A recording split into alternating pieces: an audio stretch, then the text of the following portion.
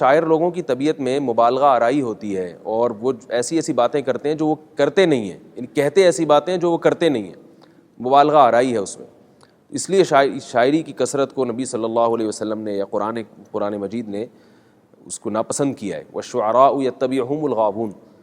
تو گانا ایک ایسی چیز ہے جو آپ کی طبیعت میں ایک عجیب سی ہلچل پیدا کر دیتا ہے.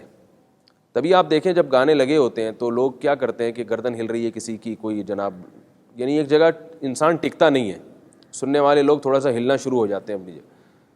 تو اب یہ میں کیسے سمجھاؤں کہ یہ چیز یعنی جو باوقار لوگ ہوتے ہیں ان پہ یہ چیز سوٹ نہیں کرتی. تو سوچئے کہ نعت جو نبی صلی اللہ علیہ وسلم کی جس میں صفت بیان ہو رہی ہے، آپ صلی اللہ علیہ وسلم کی جس میں تعریف ہو رہی ہے، جو ایک طرح کی عبادت ہے، آپ اس کو ایک ایسے طرز پہ پڑھنا شروع کریں کہ اسے سن کے آپ کا بھی لہکنے اور تھرکنے کا دل کرنا شروع کرے، تو یہ نعت کے وقار کے خلاف ہے.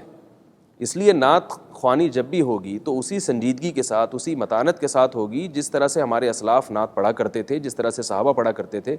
آج تک اسلامی تاریخ میں ہمیں کوئی ایسا نہیں ملتا کسی بڑے بزرگ کے حوالے سے یا کسی معتبر عالم کے حوالے سے کہ انہوں نے نعت پڑھی ہو اور پورا مجمع جناب تھرکنا شروع ہو گیا ہو یا لوگ ادھر ادھر دائیں بائیں گرنا شروع ہو جائیں.